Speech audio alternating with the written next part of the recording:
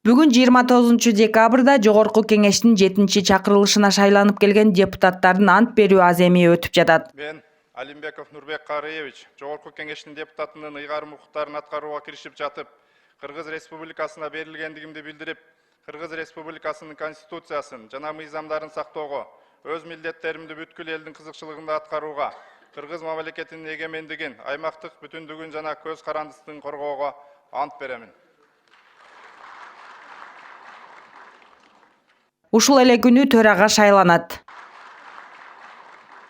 Парламентке бир мандаттуу 36 округдан 34 депутат, партиялык тизме менен 54 эл өкүлү шайланды. Мен Жумабеков Тастанбек Артизбекович, Жогорку Кеңештин депутатынын ыйгарым укуктарын аткарууга киришип жатып, Бишкектеги бир мандаттуу 1-Май жана Свердлов округдарында 27 февралда кайра шайлоо дайындалды.